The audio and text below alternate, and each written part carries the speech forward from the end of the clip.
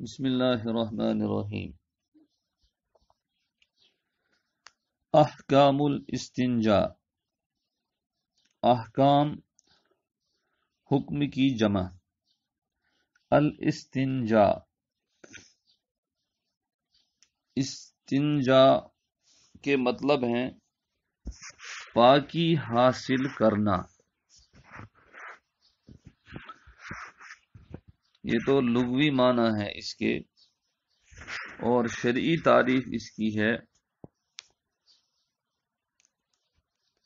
قضائے حاجت کے بعد، چاہے پیشاب ہو یا پاخانہ ہو، یعنی قضائے حاجت کے بعد پیشاب اور پاخانے کی جگہوں کو پاک کرنا، چاہے یہ پاکی حاصل کرنا پانی کے ذریعے سے ہو، مٹی کے ذریعے سے ہو، ان دونوں سے ہو، یا دونوں میں سے کسی ایک سے ہو، یا کسی اور مائع سے ہو، کسی اور سیال چیز سے ہو، تو ان تمام صورتوں میں پاکی حاصل ہو جائے گی۔ قال اللہ تعالی، اللہ تبارک و تعالی کا فرمان ہے، فیہ اس میں ہیں۔ یہاں دراصل مسجد قباء کے آس پاس جو لوگ بستے تھے ان کی تعریف میں اللہ رب العزت نے یہ بات فرمائی ہے کہ اس میں یعنی مسجد قباء میں رجال، رجل کی جمع رجال، کچھ لوگ ہیں، یحبون پسند کرتے ہیں، ان یتطہروا کہ بہت زیادہ پاک صاف رہیں، واللہ یحب المتطہرین اور اللہ رب العزت بہت زیادہ خوب پاک رہنے والوں کو، پاکی حاصل کرنے والوں کو پسند فرماتے ہیں۔ وقال رسول اللہ صلی اللہ علیہ وسلم، اور اللہ کے رسول صلی اللہ علیہ وسلم نے فرمایا، استنزہوا، استنزہ، جب اس قسم کے افعال آپ کے پاس آئیں جن کے شروع میں الف سین اور تا ہو، تو لغت میں ان کو عام طور پر الف سین تا ہٹا کر کے باقی جو حروف بچے ان کو دیکھا جاتا ہے۔ تو یہاں ہم نے الف سین تا کو نکالا تو بچ گیا نون، زا اور ہا، یعنی نزہ۔ تو نزہ کے معنی بھی پاکی کے ہیں، اور استنزہ کے معنی بھی پاکی یعنی بچنا۔ استنزہو بچو، من البول پیشاب سے، فإن اس لیے کہ عامۃ عذاب القبر، عامہ کے معنی عام لیکن یہاں مطلب ہوگا اکثر، اس لیے کہ اکثر عذاب قبر منہ اسی سے ہوتا ہے، یعنی پیشاب سے نہ بچنے کی وجہ سے ہوتا ہے۔ چنانچہ آپ نے بارہا یہ روایت سنی ہوگی کہ اللہ کے رسول صلی اللہ علیہ وسلم کا گزر دو قبروں کے پاس سے ہوا، تو آپ نے فرمایا کہ ان دو قبروں میں موجود لوگوں کو عذاب دیا جا رہا ہے، اور پھر اس میں سے ایک کے بارے میں بتایا کہ یہ پیشاب سے نہیں بچا کرتا تھا۔ تو معلوم ہوا عام طور پر اس میں لوگ سستی کرتے ہیں، لہذا اس میں سستی نہیں کرنی چاہیے، بلکہ بہت زیادہ احتیاط کی ضرورت ہے۔ بلکہ ابھی بھی ہمارے ہاں اتنی غفلت ہے، خاص طور پر جہاں کموڈ سسٹم وغیرہ نہیں ہے، یہ سب سے ڈیلی ڈالی جگہ یا جس کو بغیر کسی رعایت کے ایسے ہی بنایا جاتا ہے وہ ہوتا ہے بیت الخلا۔ حالانکہ اس میں ان تمام چیزوں کو مد نظر رکھنا چاہیے کہ پیشاب پاخانہ واپس انسان کو نہ لگے، اور اسی طریقے سے اس جگہ پر مکمل ستر حاصل ہو جائے۔ یعنی اس سے پہلے جو آداب قضائے حاجت گزرے، اس میں جو مختلف باتیں آئی، ان مختلف باتوں کو مد نظر رکھتے ہوئے ہمیں قضائے حاجت کی جگہ کو بنانا چاہیے۔ بہرحال اللہ کے رسول صلی اللہ علیہ وسلم نے فرمایا، پیشاب سے بچو، اس لیے کہ اکثر عذاب قبر اسی سے ہوتا ہے۔ یلزم الاستبراء قبل الاستنجاء۔ اب یہ جو استنجا ہے، ہمارے ہاں استنجا کا مطلب لیا جاتا ہے پیشاب پاخانہ کرنا۔ حالانکہ عربی میں اس لفظ کا معنی پیشاب پاخانہ کرنا نہیں ہے، بلکہ پیشاب پاخانہ کرنے کے بعد پانی یا مٹی کو استعمال کرنا، اس کو استنجا کہتے ہیں، اور پیشاب پاخانہ کرنے کو قضائے حاجت کہتے ہیں۔ بہرحال یہ بھی ایک اچھی تعبیر ہے کہ قضائے حاجت کے بجائے صرف سیدھے استنجا کا نام لیا جاتا ہے، تو یہ بہت اچھی تعبیر ہے۔ اب اس استنجا سے پہلے ایک چیز ہے جس کو کہتے ہیں استبرا۔ اب یہ استبرا کیا ہے، خود صاحب کتاب آگے بتائیں گے۔ یلزم الاستبرا، لازم ہے استبرا، قبل الاستنجا، استنجا سے پہلے۔ والاستبرا، اور استبرا کا مطلب ہے ہوا اخراج، نکالنا۔ اخراج مانے نکالنا، خرج نکلنا، اس سے اخراج نکالنا، نکالنا ما بقیہ جو کچھ بچا، فی المحل اس جگہ پر، یعنی پیشاب پاخانے کی جگہ پر، من بول او غائط پیشاب یا پاخانہ، حتی یغلب علی ظنہ یہاں تک کہ انسان کے گمان پر غالب ہو جائے، انہو کہ لم یبقى نہیں بچا، فی المحل پیشاب پاخانے کی جگہ میں، شیئن کوئی چیز، یعنی بالکل پیشاب پاخانہ نہیں بچا۔ تو استبرا کا مطلب ہے کہ پیشاب پاخانہ کرنے کے بعد، قضائے حاجت کے بعد، استنجا سے پہلے مکمل طریقے سے پیشاب پاخانے کو ان کی جگہوں سے نکالنا، یعنی تھوڑا سا وقت حاصل کر کے ان جگہوں کو پیشاب پاخانے سے مکمل پاک کرنا۔ اس لیے کہ عام طور پر جب آدمی پیشاب پاخانہ کرتا ہے تو آخر میں کچھ قطرے پھر سے ٹپکتے ہیں، یا بسا اوقات تھوڑا سا پیشاب اندر رہ گیا ہوتا ہے اور وہ پھر سے نکلتا ہے۔ جو طب کے ماہرین ہیں عام طور پر وہ بتاتے ہیں کہ جو پائلز کی شکایت ہوتی ہے، یہ عام طور پر ٹھیک ٹھاک انداز سے استنجا نہ کرنے کی وجہ سے بھی ہوتا ہے۔ بہرحال ومن اعتاد فی ذالک، اعتاد مانے عادت ہونا،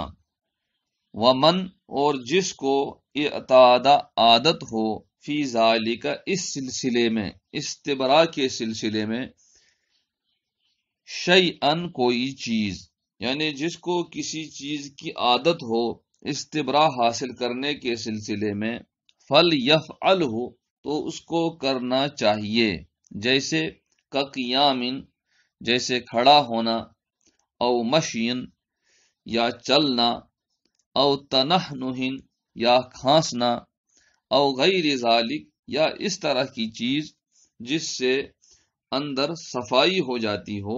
تو ان میں سے کوئی کسی چیز کی عادت ہو تو اس عادت کو دہرانے میں کوئی حرج نہیں ہے۔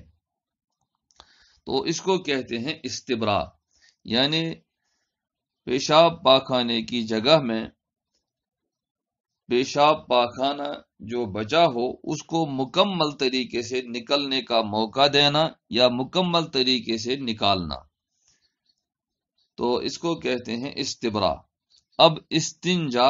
امل استنجا، رہی بات استنجا کی، اور استنجا کے معنی میں نے ابھی بتا دیے کہ استنجا کا مطلب ہے قضائے حاجت کی جگہوں کو پیشاب پاخانے سے مکمل پاک کرنا، چاہے یہ پاکی پانی کے ذریعے سے ہو، پتھر کے ذریعے سے ہو، یا کسی اور چیز کے ذریعے سے ہو۔ اب اس کے جو احکام ہیں ففیہ تفصیل، تو ان کے سلسلے میں کچھ تفصیل ہے۔ اذا، جب، تجاوز کے معنی زائد ہونا یا تجاوز کرنا۔ اذا تجاوزت النجاسہ، جب نجاست تجاوز کر جائے یا زیادہ ہو، المخرج، اپنے نکلنے کی جگہ سے، وکانت اکثر، اور زیادہ ہو، من قدر الدرہم، ایک درہم کی مقدار سے، یعنی انسان کو خود اندازہ ہو جاتا ہے، تو ایک درہم کی مقدار سے زیادہ ہو، افترض غسلھا، تو اس کو دھونا واجب ہے، بالماء، پانی کے ذریعے سے، ولا تجوز، اور جائز نہیں ہے، معہا، اس نجاست کے ساتھ، الصلاۃ، نماز، یعنی جب اس طرح کا حال ہو تو اس صورت میں اس کو پانی کے ذریعے سے دھونا فرض ہے، اور ایسے ہی اسی حال میں نماز جائز نہیں ہے۔ تو یہاں ایک تعبیر آ گئی فرض، اور اگلے لفظ جو جملہ ہے اس میں واجب، اور اسی طریقے سے سنت۔ تو فرض کا مطلب ہے جس کا لازم ہونا ثابت ہو کسی ایسی دلیل سے جس میں کوئی شبہ نہ ہو، اور واجب جس کا لزوم ثابت ہو لیکن کسی ایسی دلیل سے جس میں شبہ ہو۔ شبہ کس بارے میں ہو؟ شبہ اس چیز کی فرضیت کے بارے میں ہو، تو اس سے اس کا درجہ تھوڑا سا کم ہو جاتا ہے۔ تو یہ جو واجب کی اصطلاح ہے یہ اگرچہ احناف کے ہاں زیادہ پائی جاتی ہے، لیکن جو دوسرے فقہا رحمہم اللہ ہیں ان کے نزدیک بھی مختلف تعبیرات کے ساتھ واجب پایا جاتا ہے۔ کبھی وہ اس کو سنن مؤکدہ اشد التأکید کے ساتھ یاد کرتے ہیں اور اس طرح کے الفاظ استعمال کرتے ہیں۔ السنہ، سنت کہتے ہیں اس کو جو نبی پاک صلی اللہ علیہ وسلم کے فعل سے یا تقریر سے آپ نے صحابہ کو اس سلسلے میں برقرار رکھا ہو، اس سے ثابت ہو، اور آپ کے قول سے، اور اس میں کبھی کبھی چھوڑنا بھی ثابت ہو، ترک بھی ثابت ہو۔ بہرحال اذا تجاوزت النجاسہ، جب نجاست زائد ہو، المخرج، اپنے نکلنے کی جگہ سے، مخرج سے، وکانت، اور ہو، قدر الدرہم، ایک درہم کی مقدار، وجب ازالتھا، تو واجب ہے اس کو زائل کرنا، بالماء، پانی سے، اذا لم تتجاوز، اور جب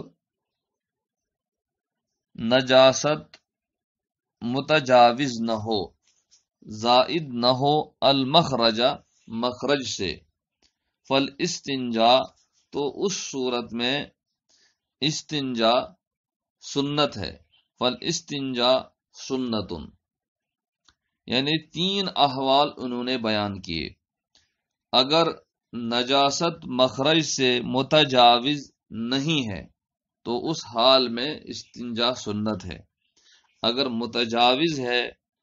اور قدر درہم ہے تو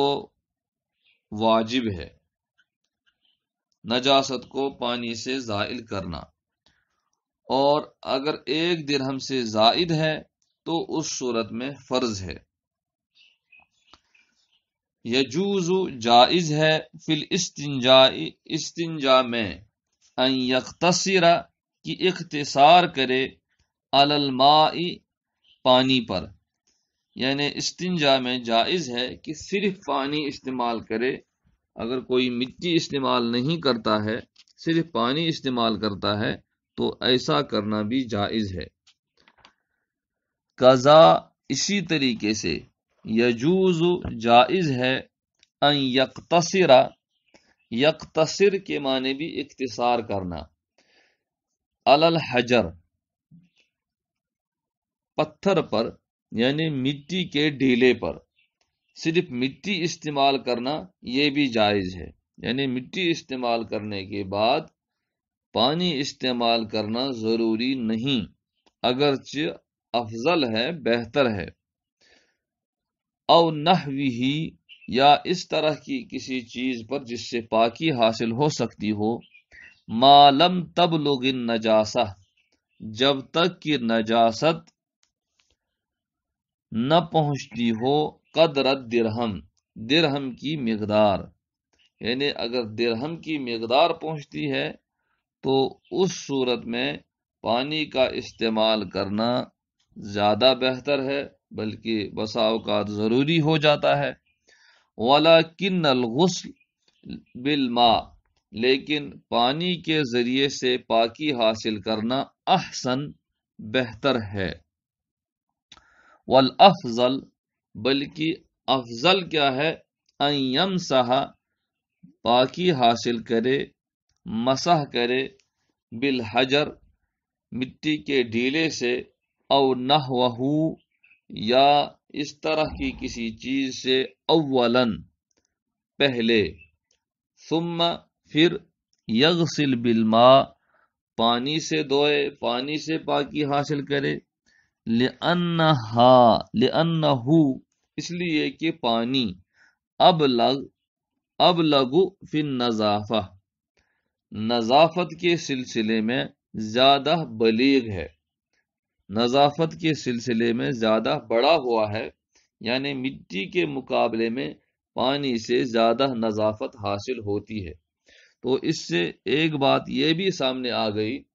کہ بسا اوقات نہ تو پانی ہوتا ہے نہ مٹی ہوتی ہے، ٹیشو پیپر ہوتا ہے، تو کیا اس سے پاکی حاصل ہوگی، استنجا ہوگا؟ تو بات یہ ہے کہ ہاں، اس سے یہ چیز حاصل ہوگی۔ بعد میں جب وضو کرنا ہو تو استنجا دہرانے کی ضرورت نہیں ہے، لیکن شرط یہ ہے کہ اس نے پاکی ٹھیک ٹھاک طریقے سے حاصل کی ہو۔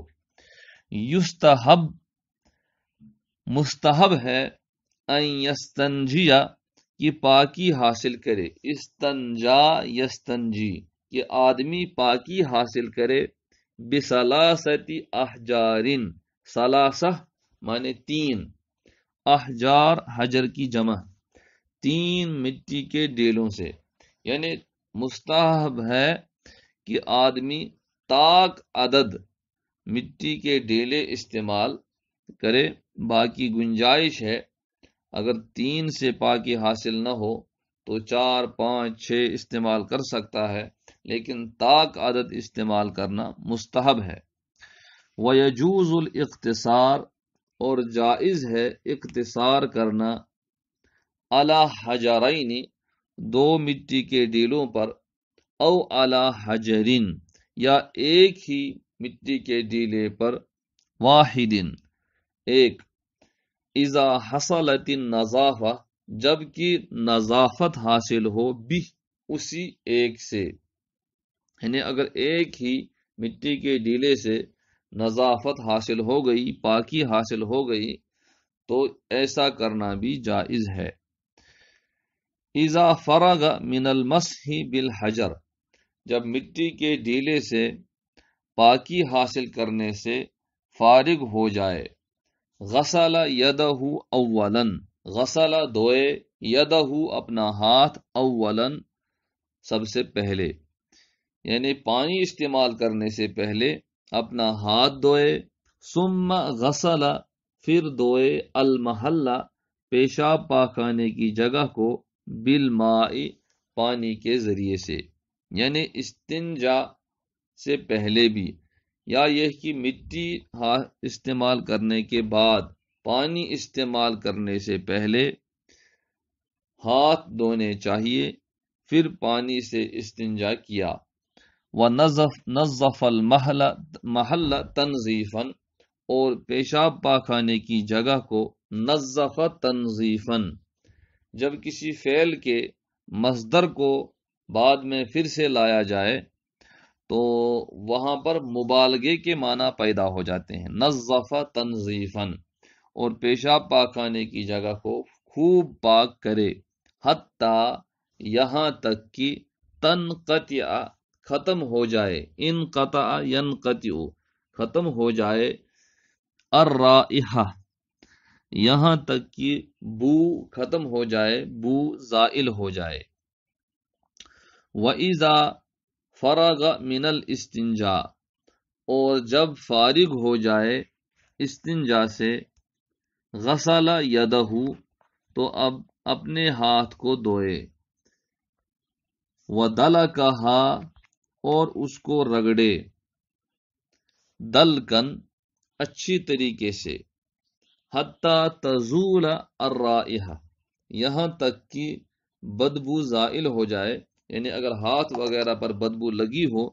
تو یہاں تک کہ وہ زائل ہو جائے۔ اس طریقے سے استنجا اور استبراء کے احکام مکمل ہوئے۔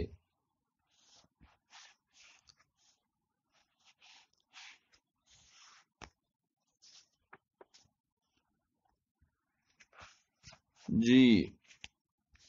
مجھے لگ رہا آج اتنا کافی ہے۔ بسم اللہ الرحمن الرحیم۔